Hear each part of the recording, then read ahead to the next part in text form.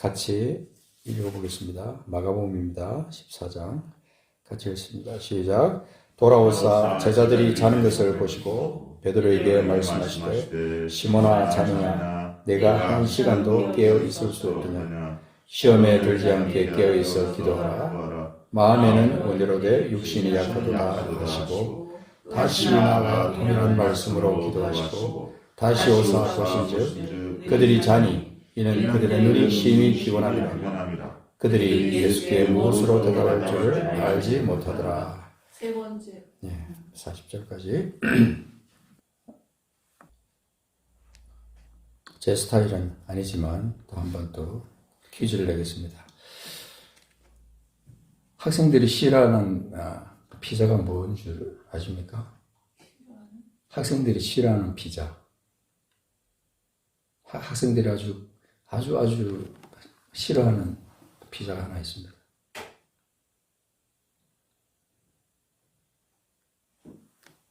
잘 모르시겠죠? 답은 책피자. 책피자입니다. 한번 더 할게요. 이 세상 그 족속들 가운데 세상에서 가장 행복한 족속. 세상에서 가장 행복한 족속이 있습니다. 어떤 족속일까? 세자입니다, 세자.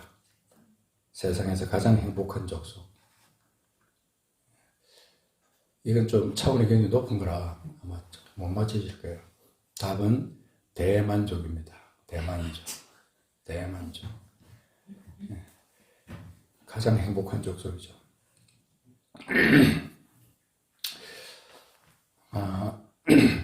우리가 이 땅에서 행복한 순간, 가장 행복한 순간이 언젠가 이렇게 생각해 보니까 저도 이렇게 이제 결혼한 지 벌써 오랜 세월이 지나가고 하다 보니까 이렇게 처음 만나고 그러니까 이렇게 사랑의 감정을 가지고 막 보고 싶어하고 함께 있고 싶어하는 그런 시간이 굉장히 그 행복한 시간이었더라고요. 그래서 지금도 이렇게 생각해 보면 그때의 그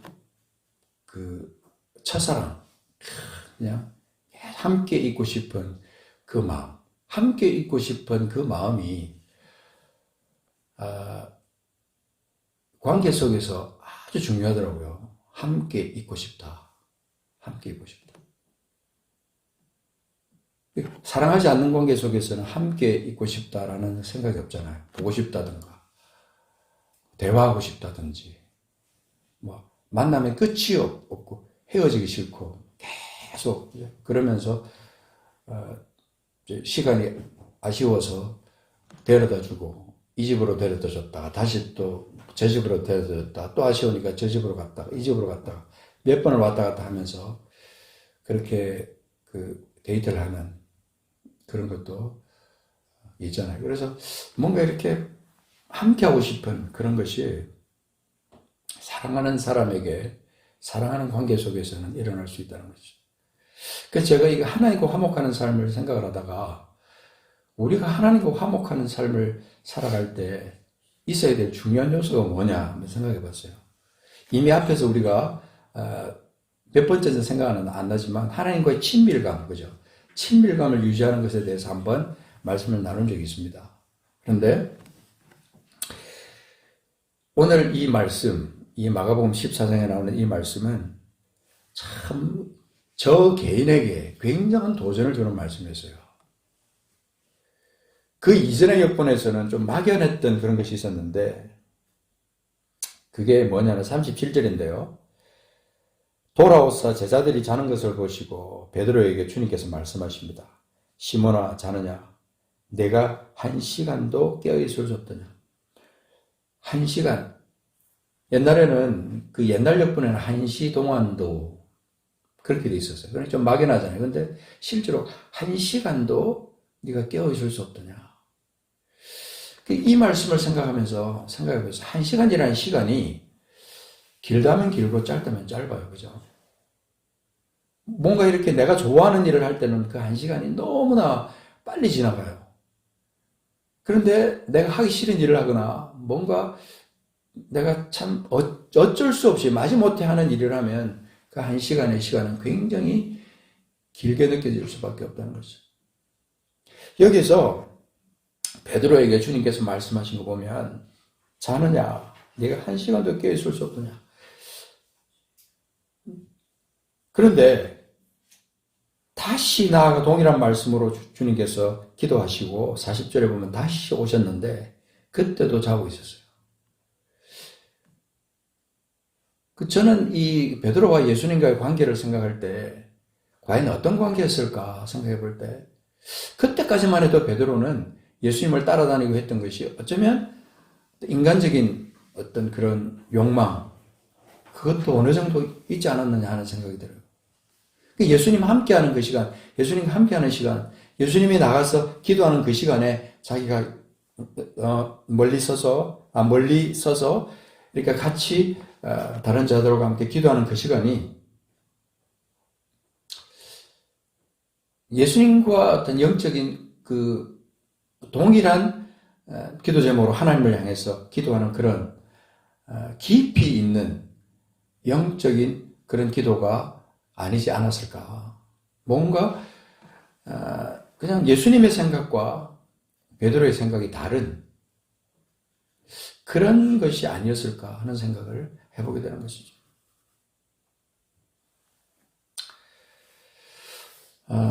제가 이 예수님의 생애를 우리가 생각할 때마다 이렇게 늘 생각해 보는 것은 예수님은 굉장히 많은 환자들 고치셨잖아요. 병자들 고치시고 굉장히 바쁜 삶을 사신 거예요.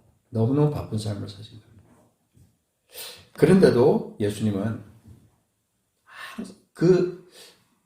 언제든지 예수님은 시간을 따로 내셔서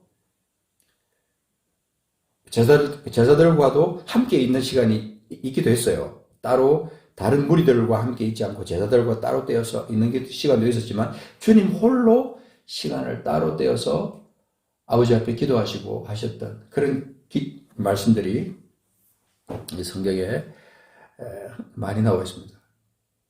근데 마태복음 14장 13절에 보면 예수님께서 빈들에 가시니 따로 빈들에 가셨어요. 배를 타고 예수께서 들으시고 배를 타고 떠나가셔서 따로 빈들에 가셨다라고 말하고 있고 그러니까 그 빈들에 가셨다는 소리를 듣고 사람들이 또 빈들로 또 이제 쫓아가는 거죠.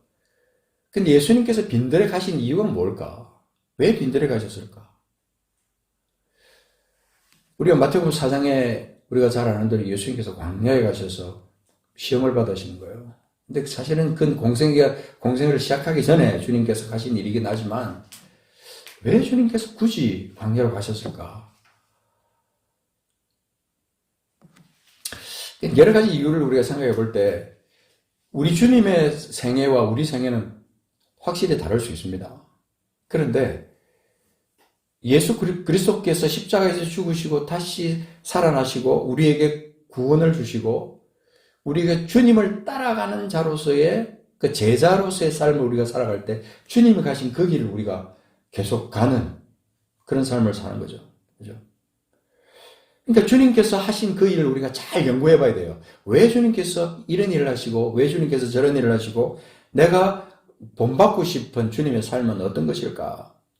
계속 우리가 생각하고 연구하는 것도 필요하다는 것이죠.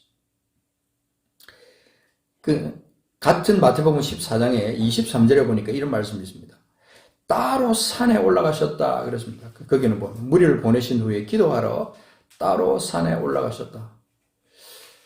이 독특한 하나의 기록이죠. 왜 주님께서 산에 올라가셨어요? 물론 이 산이라는 것은 우리가 생각하는 이런 어떤 험악한 어떤 산은 아닙니다만은 어쨌든 동산으로 주님께서 올라가셨어요. 무리들과 거리를 두기 위해서 주님은 따로 산으로 올라가셨다. 그리고 거기 보면 저물매 거기 혼자 계셨다라고 그렇게 말씀합니다. 우리가 삶을 살 때 아주 분주한 삶을 살 때는 그냥 그 일이 좋아서 그렇게 할 수도 있지만 어떤 때는 의무감으로 할 때도 있잖아요.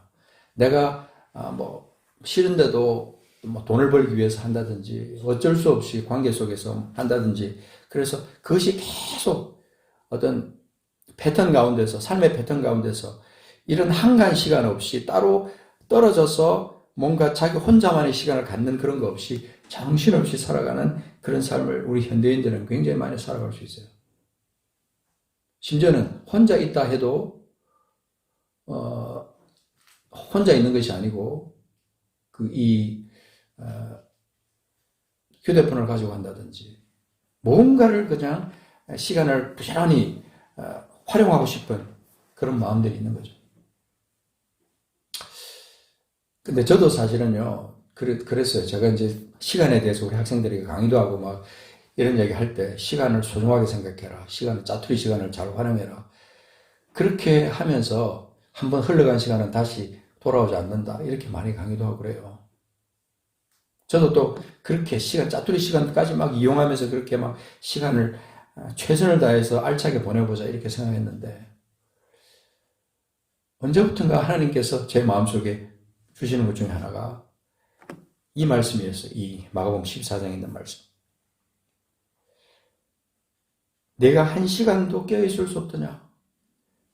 깨어있다는 것은 한 시간도 깨어있다는 것은 자지 않고 뭔가를 활동을 하는 겁니다. 깨어있다는 것은 그죠? 활동을 하는 거예요. 뭔가. 그렇다면 한 시간 동안 깨어있다면 과연 그 시간에 무엇을 할 것인가? 무엇을 할 것인가?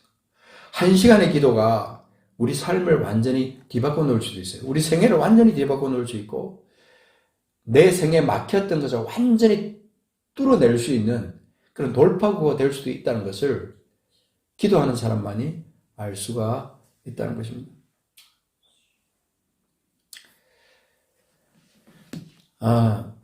예수님은 그래서 제자들에게 따로 한적한 곳에 가서 기도하는 것에 대해서 예수님은 가르치셨다고 저는 생각해요. 그래서 마태복음 17장 1절에 보면 그렇게 말해요. 베드로와 야고보와 그 형제 요한을 데리시고 따로 높은 산에 올라가셨다. 따로 베드로, 야고보, 요한 이 사람들을 데리고 따로 높은 산에 올라가셨다. 예수님께서는 아버지와의 관계 속에서 다른 사람들이 이해하지 못하는 인간 예수로 오셔서 우리를 위해서 죽으실 인간 예수로 오셔서 그분은 뭔가 아버지께서 자기에게 맡기신 그 사명을 이루시기 위해서 계속해서 그분은 주님과 깊은 관계 속에서 있으셔야만 했다는 거예요. 그래서 그분은 할 수 있는 대로 많이 따로 한적한 곳에 가셔서 기도를 하셨다고 저는 생각합니다. 그래서 이 한 시간도 나와 함께 할 수 없더냐 하는 이 말씀이 우리에게 굉장한 도전을 주는 겁니다. 내가 주님과의 관계가 과연 어떠냐 생각할 때 주님이 나에게 액세서리처럼 있어도 좋고 없어도 되는 그런 분이 아니라 그분이 내게 너무 소중한 분이고 근데 그분과 대화하고 그분을 만날 수 있는 통로가 주님과의 만남의 그 통로는 이 세상의 분주함 가운데서는 사실은 주님을 깊숙이 만날 수가 없는 거죠. 그냥 그 목표 지향적인 사람은 계속해서 그 목표를 위해서 뭔가를 계속해서 앞으로 달려나가지만 주님을 진짜 만난 사람, 주님을 정말 구주로 만나고 그분과의 데이트가 너무 즐겁고 그분과의 만남이 너무 소중하다고 생각하는 사람들은 이 한 시간의 소중함을 간과할 수가 없다는 겁니다. 너무나 소중하기 때문에, 너무나 귀하기 때문에 그렇다는 거죠. 참 부끄럽게도요, 저도 이 목사로, 선교사로 이렇게 사역을 하면서도 참 이 만남의 깊은 기도의 영적인 이 세계를 알기 시작한 것은 불과 얼마 되지 않았어요. 제가 여기 낮에 이제 1층에서 여기 있다 보면요, 정말 깊은 정말 깊은 만남을, 주님과의 깊은 만남을 경험할 때가 종종 있어요. 안 그럴 때도 많이 있지만, 아예 그냥 핸드폰을 여기다 갖다 앞에다 놓고, 아예 아무런 다른 책도 안 보고, 그냥 의자에 앉아서, 그냥 가만히 깊숙이, 이 고요함 속에서 주님을 깊이 묵상하는 거죠. 그런 시간을 한 번 갖고 두 번 갖고 이렇게 하다 보니까 예수님께서 따로 한적한 곳에 가서 아버지와 기도하신 그것이 얼마나 의미가 있고 소중한 것입니다. 하나님과 예수님과의 관계 속에서 아버지 앞에 얼마나 많은 기도를 했어야 됐고, 얼마나 많이 질문하고, 또 질문하고, 그렇게 하셨을까. 그래서 예수님은 그 삶을 우리에게 가르쳐 주기 위해서 이 제자들을 데리고 높은 산으로 올라가시지 않았는가, 이런 생각도 하게 됩니다.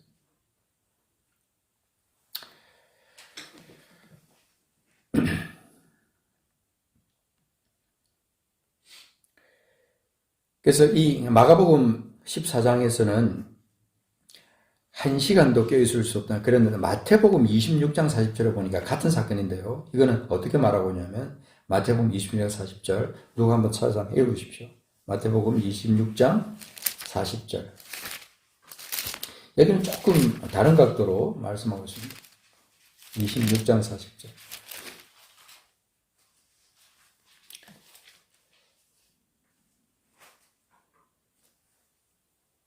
제자들에게 오사 그 자는 것을 보시고 베드로에게 말씀하시되 너희가 나와 함께 1시간도 이렇게 깨어 있을 수 없더냐. 자, 여기 보면 조금 다르죠, 그죠?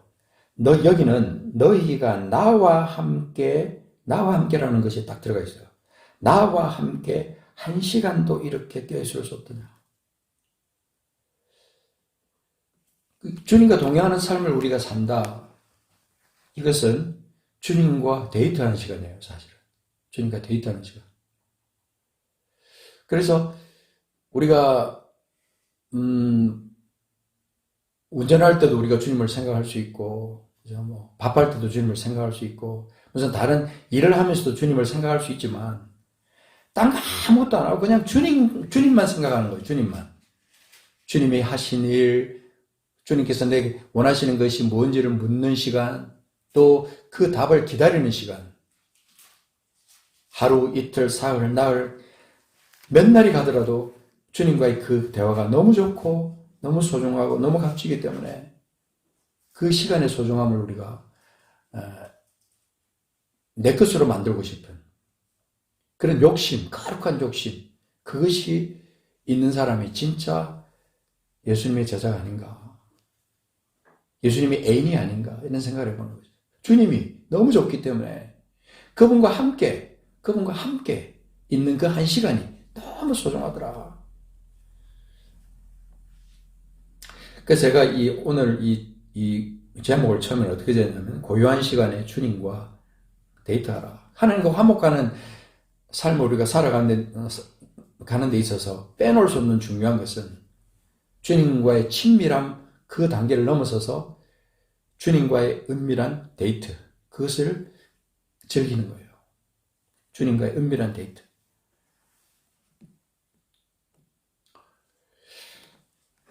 제가 지금 몇 달 동안 이 요한계시록을 우리 광주에 계시는 강 목사님과 같이 이렇게 같이 말씀을, 요한계시록을 또 공부도 하고 같이 묵상하고 이렇게 했었는데, 그걸 보다가 8장에 가서, 요한계시록 8장에 가서 어떤 사건이 딱 기록되냐면요, 8장에 딱 보니까 이런 말씀 나옵니다. 요한계시록 8장에 보면 이게 인을 떼신 분이 누구냐면 어린 양이잖아요. 어린 양, 그죠? 6장 1절을 보면 내가 봄에 어린 양이 7인 중에 하나를 떼시는데, 그래서 첫 번째 인부터 시작해서 어린 양이 하나씩 떼신 거예요. 근데 마지막 7째 인을 딱 떼실 때에 어떤 사건이 벌어지냐면요, 하늘이 반시간쯤 고요하더니, 이걸 해석하는 각도가 여러 가지예요. 이 1시간, 하늘이 반 시간쯤 고요한 이 사건에 도대체 무엇을 말하는 거냐. 반 시간 동안 도대체 어떤 일이 있었길래 이 하늘이 반 시간쯤 고요한 이것을 요한이 이걸 본 거예요. 과연 이것이 무엇이었나? 아무 소리도 들리지 않고 고요한 시간이에요.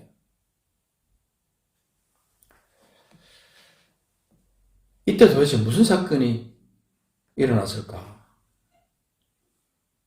이 요한계시록 깊이 묵상하다가 보니까 이 요한계시록이 이 사건을 갖다가 쭉 이렇게 요한이 환상을 보면서 했던 건데, 딴 거는 실제로 일어난 역사적인 사건 막 이런 것들도 있지만 하늘이 반 시간쯤 고요한 그 순간, 그 30분 정도가 도대체 그게 무슨 일이 있었길래 이런 말씀을 기록하는 거죠. 그 다음 2절 보십시오. 내가 보면 하나님의 앞에 7 천사가 서 있어 7 나팔을 받았더라. 딱 받은 거예요, 지금. 나팔을 불 준비를 하고 있는 겁니다. 또 3절 보면 또 다른 천사가 와서 제단 곁에 서서 금 향로를 가지고 많은 향을 받았으니 이는 모든 성도의 기도와 합하여 보좌 앞 금제단에 드리고자 함이라. 자, 이 30분 동안 30분 정도 이 시간이 고요하게 한 이 시간이 끝난 다음에 향연이 성도의 기도와 함께 천사의 손으로부터 하나님 앞으로 올라가는데 5절 보십시오. 천사가 향로를 가지고 제단에 불을 담아다가 땅에 소돔에 우레와 음성과 번개와 지진이 나더라.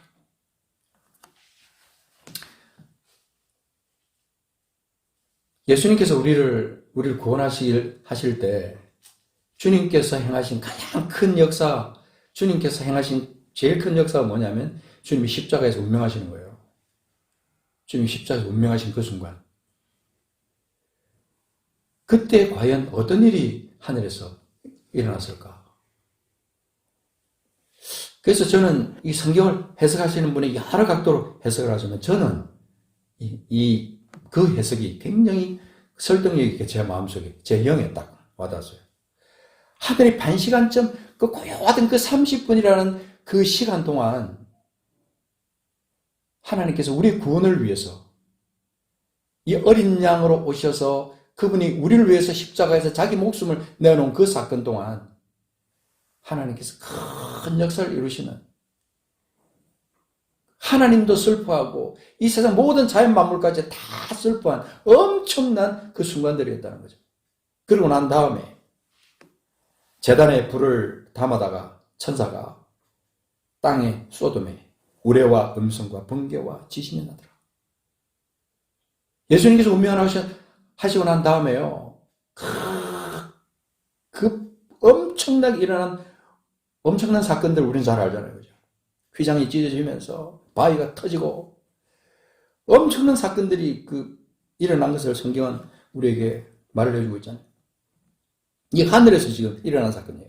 우레와 음성과 번개와 지진이 나더라.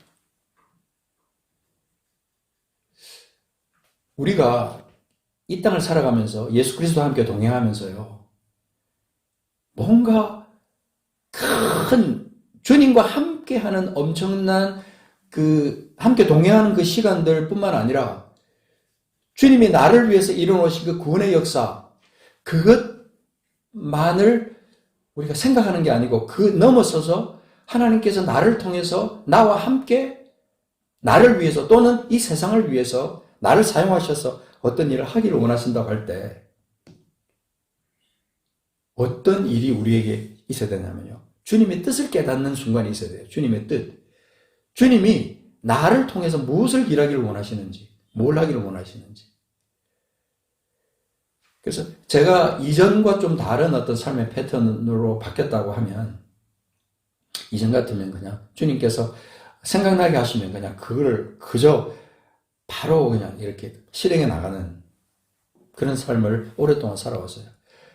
근데 이제는 뭔가 일을 해야 되겠다라고 생각하면 또 묻고 또 질문하고 기다리고 다시 또 한 번 주님과의 깊은 그 대화 속에서, 주님과의 교제 속에서, 주님과의 데이트 속에서 주님 내게 맡기신 그 일을 어떻게 구체적으로 좀 더 구체적인 방법까지 하나님 앞에 기도하는 그런 모습으로 조금씩 하나님께서 저를 변화시켜 가시더라고요.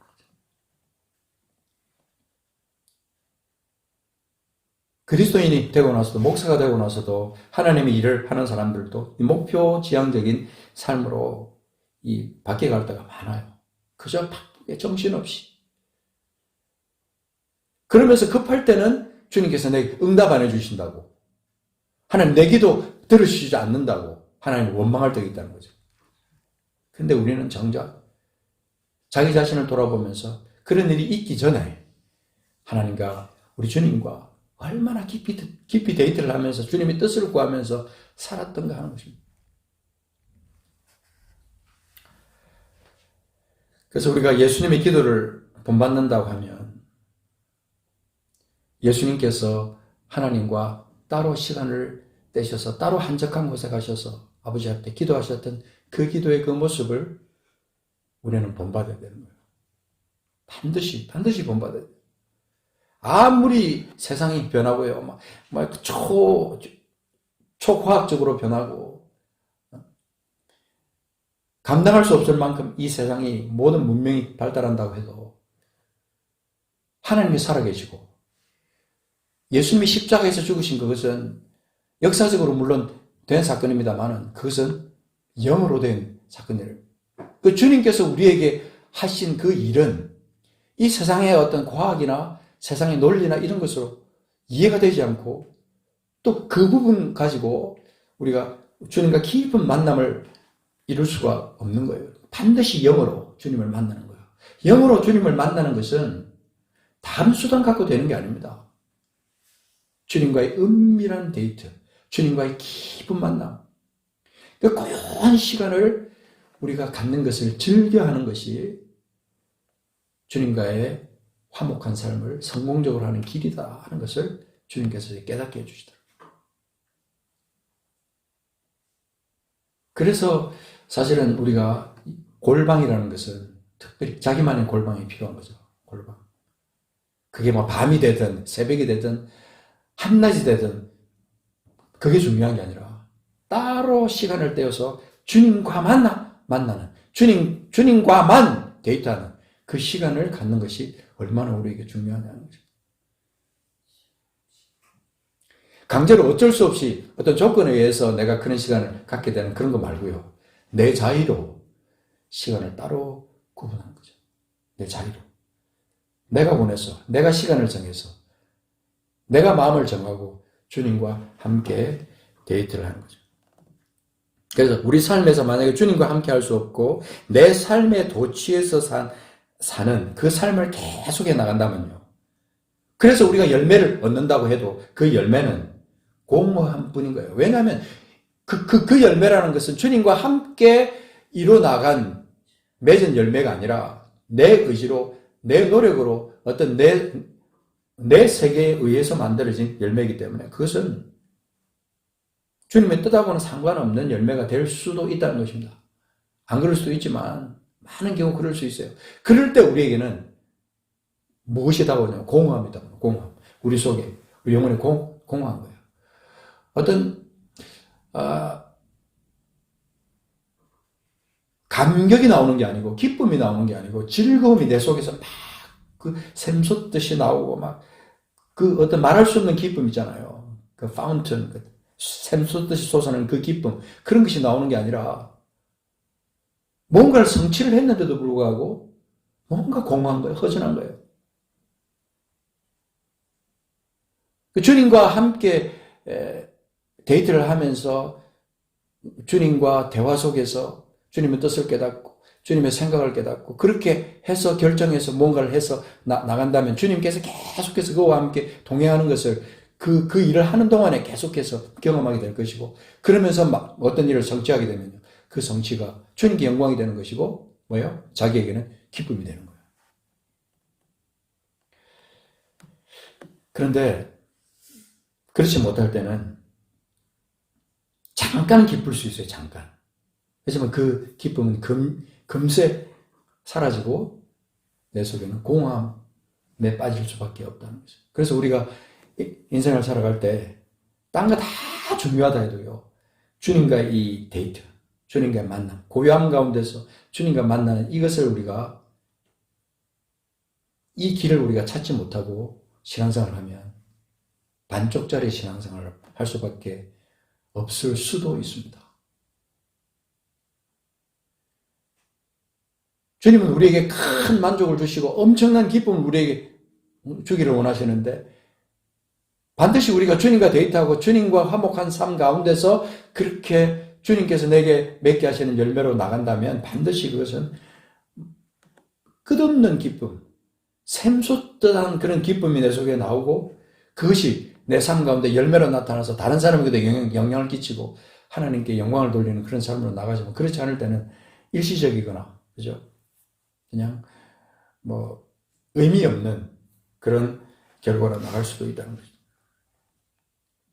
그래서 처음부터 끝까지 우리가 주님을 만나는 그 순간부터 끝까지 주님 나라 영원한 나라로 이어지는 그 순간까지 주님과의 데이트를 우리가 끊이지 말아야 된다.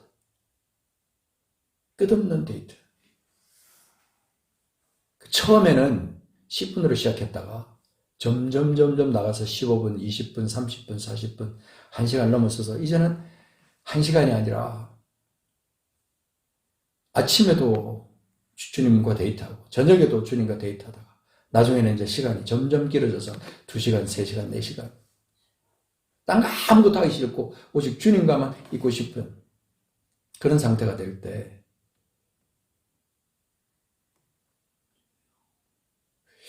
그때가 너무 소중한 순간이 되지 않을까 저는 이제 기대하는 거죠. 저도 사실은 목표지향적인 사람이기 때문에 그렇게 정신없이 살고 어떤 때는 제가 주님 앞에 이렇게 기도하다가도 문득 이제 다른 어떤 할 일의 생각이 나가지고 그냥 또 막 부지런히 기도를 접고 그냥 또 그 일을 빨리 해야 될 마음으로 그냥 기도를 끝내버리는 그런 때가 있었거든요. 그게 아니더라는 거죠. 그 주님과 화목하는 삶 가운데 아주 중요한 요소 중에 하나가 이 주님의 기도를 본받는 거예요. 예수님의 기도.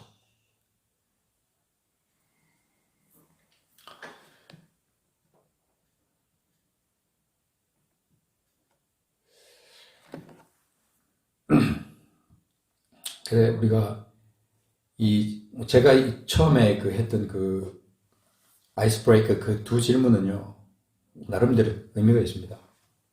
학생들이 책 피자라는 그거 참 싫어하잖아요. 근데 공부를 진짜로 좋아하는 사람은요 책 피자 말 안 해도 그 시간이 사모가 되는 거예요. 그죠? 수업 시간에 사모가 되는 거예요. 그 선생님이 막 들어오기 전에 이미 벌써 그 오늘 배울 내용을 갖다 펴놓고 기대하고 있는 거죠.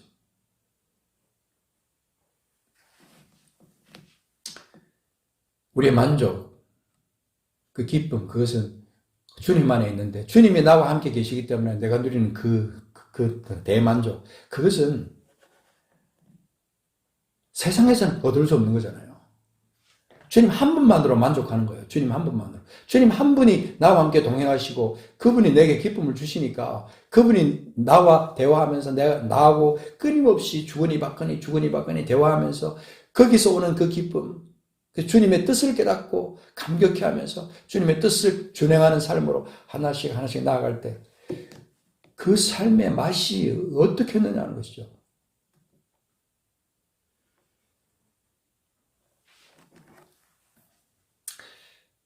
그 제가 나중에 이제 그런 생각이 들어요. 저 밑에 땅에 어떤 우리가 하나님께서 인도하셔서 또 다른 건물을 많이 짓는다면 저는 그런 생각이 있어요. 거기다가 골방을 좀 짓고 싶다. 기도의 골방. 몇 개가 되든 2개가 되든 3개가 되든 기도의 골방.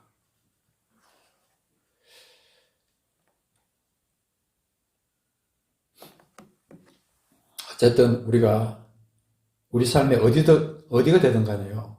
이 주님과의 은밀한 데이트. 고요한 시간.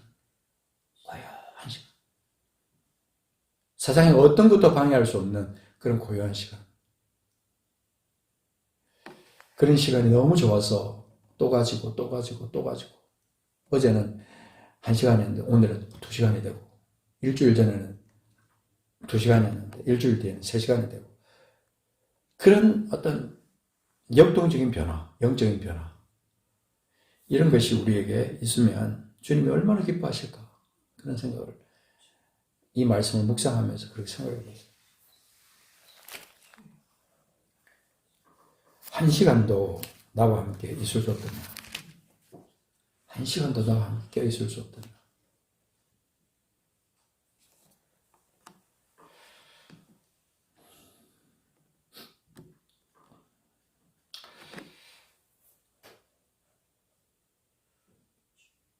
좀 우리는 이런 어떤 영적인 그 주제를 가서 대화하는 그런 모임에 좀 많이 가고 싶어요, 제가 사실. 목사님들 모인 자리에도 그런 시간을 좀 많이 갖고 싶고, 그런 주님의 뜻을 가지고 좀 같이 고민하고 생각해보는 그런 시간을 많이 갖고 싶은데, 그게 안 되더라고요, 이상하게. 그래서 요즘 조금 그런 영적인 갈증들이 좀 있어요, 저한테. 많이. 어쨌든, 오늘 이 말씀을 중심으로 다시 한번 생각해 봅시다. 주님께서 따로 기도하신 그것은 주님에게는 사실은 인간 예수로 오신 우리 주님께는 절대절명의 순간들이죠. 주님이 그런데 우리는 하물며 우리는 그런 답답하고 정말 해결되지 않는 그런 문제가 우리에게 얼마나 많아요. 기도할 것이 얼마나 많고 주님 앞에 질문해야 될 것이 얼마나 많고 대답을 기다려야 될 것이 얼마나 많은데 우리가 그런 시간을 갖지 못하고 너무 분주하게 살지는 않았는가 이런 생각을 하게 되는 겁니다. 그래서 밤이 됐든 낮이 됐든 새벽이 됐든 그 상관없어요. 그 사람의 삶의 스타일에 따라서 반드시 이 고요한 시간에 주님과 데이트를 즐기는 이 삶의 패턴, 이것을 반드시 우리가 회복해야 됩니다. 지금 이 세상은 그런 패턴을 갖지 못하게 만드는 그런 유혹들이 너무 많아요. 너무나 많이 산재해 있습니다. 우리가 이제 그런 삶으로 우리 자신을 훈련하기 시작하면 언제부턴가 주님과 화목하면서 주님의 뜻을, 주님의 생각을, 심지어는 그 주님의 의도, 주님의 어떤 소원까지 우리가 알게 되고 그 소원을 이루기 위해서 내가 어떻게 살아야 될 것인가를 또다시 묻게 되고 그 답을 듣게 되고 그러면서 하나씩 바꿔나가죠. 그러다 보면 내 삶이 역동적으로 되다 보면 내 육신까지 호흡을 하는 거예요. 그렇게 되면 육신이 아프다, 힘들다, 그런 것, 어느 순간에 보니까 그것을 다 뛰어넘는 역사가 일어날 수도 있다는 거예요. 왜요? 영이 주님과 교제하는데, 영이 주님과 만나고 주님과 호흡하고 주님과 데이트를 즐거워하는데, 내 혼이, 내 육체가 어떻게 같이 그렇게 변화되지 않겠냐는 거죠. 그래서 내 영혼이 잘된 같이, 내가 범사에 잘되고, 내가 강건하기를 원한다. 내 영이 잘된 같이. 우리가 하나님께서 우리와 함께 동행하는 그 삶을 우리가 고요한 중에 주님과의 데이트를 통해서 경험하지 않으면요, 늘 우리에게는 갈증이 있어요. 갈증. 뭔가 공허하고 뭔가 부족한 것 같은 그 속에서 참 기쁨은 내 속에서 있을 수 없다는 거죠. 하나님께서 우리에게 주시는 하나님과 화목하는 삶의 중요한 이 요인, 이것을 다시 한번 생각하면서 주님의 뒤를 따라가는 우리들이, 주님의 제자들이 주님의 삶의 패턴에서 이렇게 고요한 시간에 따로 한적한 곳에 가셔서 하나님과 깊이 만나셨던 그 주님의 그 삶의 모습을 다시 한번 우리가 따라가보는 우리 삶이 되시지 않으시겠습니까?